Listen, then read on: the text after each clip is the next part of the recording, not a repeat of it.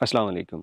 किसी रेस्टोरेंट या कैफ़े में अगर कोई ख़ातून किसी को इशारा करे और वो समझे कि शायद ये मेरी खूबसूरती से मुतासिर हो गई है या मेरे साथ सेट होना चाहती है, जो ज़ुबान ज़द-ए-आम एक जुमला बोला जाता है, तो वो जान ले कि इसके पीछे एक ऐसा गैंग भी हो सकता है जो रियाज़ के अंदर पकड़ा गया है।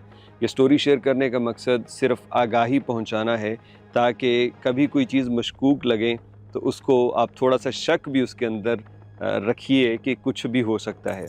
एक रियाज़ में स्टोरी सामने आई है, बाप और बेटी, सऊदी बाप और बेटी गिरफ़्तार कर लिए गए हैं, जिनका कसूर ये था, शुरू से आखिर तक सुनिए। ये दोनों बाप बेटी प्लानिंग के साथ रेस्टोरेंट में जाते और रेस्टोरेंट में किसी ऐसी जगह बैठने का इंतखाब करते जो बड़ी प्रोमिनेंट हो, जहाँ पे ज़्यादा लोग इनको देख रहे हों।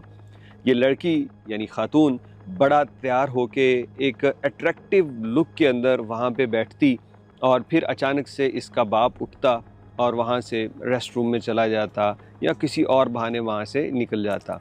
अब ये ख़ातून वहाँ पे अकेली कई कई मिनट या समझ लीजिए कि घंटा भी बैठी रहती और फिर इंतज़ार कर रही होती कि कोई इसको देखे।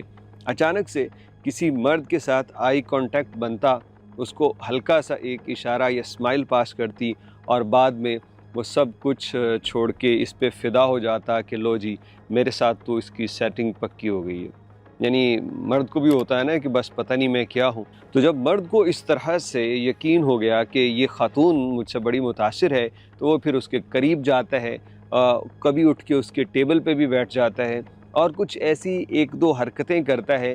तभी अचानक से ख़ातून चीखती है उसके ऊपर कि तुम मुझे छेड़ रहे हो, तुम तहर्रुश कर रहे हो, यानी तहर्रुश का जो कानून है। तो वो जनाब अली उसके बाद ख़ातून उसको कहती है कि तुम्हारे ख़िलाफ़ मैं कंप्लेंट करूँगी क्योंकि तुमने मुझे छेड़ा है। अब इसके बाद वो बंदा क्या करे? सबसे पहले तो वहीं अपनी इज़्ज़त बचाना उसके लिए बड़ा अहम होता है कि लोग कोई देख रहे हैं, बेइज़्ज़ती हो रही है। बंदे कहते हैं कि आई एम सॉरी, लेकिन ख़ातून नहीं मानती और वो कहती है कि तुमने मेरे साथ ये किया। अब बंदा आगे से थोड़ी-सी चालाकी करता है कि मैंने तो तुम्हारे साथ ऐसा कुछ नहीं किया। तो वो फिर वहीं उसी रेस्टोरेंट में बैठा हुआ एक बंदा उठता है, जो अपने मोबाइल फ़ोन में वीडियो दिखाता है कि हाँ, मुझे शक था कि तुम कुछ गलत कर रहे हो, लिहाजा मैंने ये वीडियो भी बना ली। अब एक थर्ड पार्टी, थर्ड बंदा जिसका कोई लेना-देना नहीं है, उसने वीडियो भी बना ली। तो अब बंदा फंसा है। अब इसके बाद ब्लैकमेलिंग का सिलसिला शुरू हो गया। अब जिस बंदे ने वीडियो बनाई है ना, असल में उस लड़की का बाप है, लेकिन वो ज़ाहिर नहीं कर रहे क्योंकि उन्होंने पूरा एक सीन बना रखा है। अगर लड़की का बाप कहेंगे तो लोग डरेंगे नहीं। अब कोई एक अनजान बंदा ये कहेगा ना कि हाँ, इसने छेड़ा, मैंने देखा और वीडियो भी बनाई है, तो फँस जाएँगे कि एक नहीं दो-दो गवाहियाँ। तो ये इस तरह से ये विक्टिम काम कर रहे थे।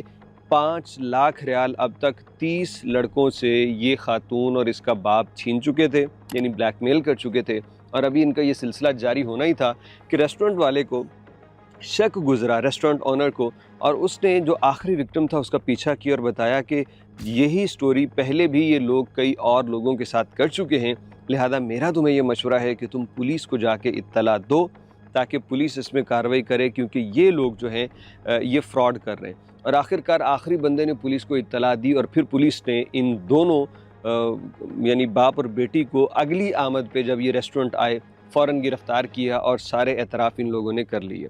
बात ये है कि पहले तो बंदा गलत रास्ते की तरफ जाए ही नहीं, और अगर कुछ हो जाए जिसमें आपको लगे कि ब्लैकमेल किया जा रहा है तो पुलिस को हर सूरत बताइए, क्योंकि अगर किसी के साथ छेड़ा है ना तो उसके पास एक ही ऑप्शन होता है कि वो रिपोर्ट करे या चुप कर जाए।